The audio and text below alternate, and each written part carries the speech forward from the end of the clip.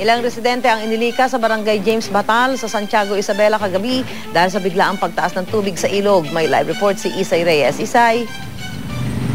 Susan, hindi na tayo nakaranas ng pag-ulan, maging na malakas na hangin, magdamag dito sa Santiago, Isabela at ngayong umaga nga ay nagpakita na si Haring Araw. Pero bagamat ganito na ang panahon, meron pa rin ilang residente ang kinailangan ilikas kagabi dahil sa biglang pagtaas ng level ng tubig sa ilog.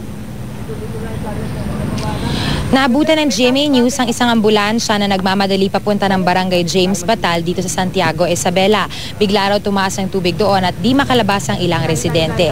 Gamit ang rubber boat, agad pinuntahan ng grupo ang komunidad sa kabilang bahagi ng ilog. Ilang minuto pa, matagumpay silang naialis doon. Ang bata, walang tigil ng pag-iyak at tila takot na takot. Ayon kay Nanay Socorro, hindi raw nila inakalang raragasa bigla ang ilog dahil hindi na maulan. Nang subukan daw tawirin ng kanyang mga anak ang ilog, muntik na silang mamatay. Galing daw ang tubig sa ilan pang karatig bayan.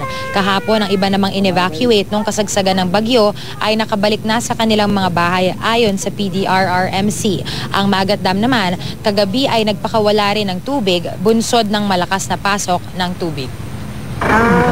Konti na ng salbabida. Opo. Tumahog yung salbabida. Ang akala ko, patay na sila. Mabuti yung anak ko, na kanya yung abada ng anak niya. Yan.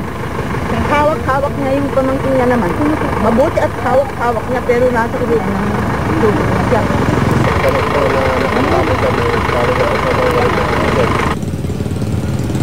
Samantala, Susan, ayon naman sa ulat ng PDRRMC ay umabot na ng halos 200 milyong piso yung halaga ng mga napinsalang pananim dahil nga sa hagupit ng bagyong Labuyo. Susan?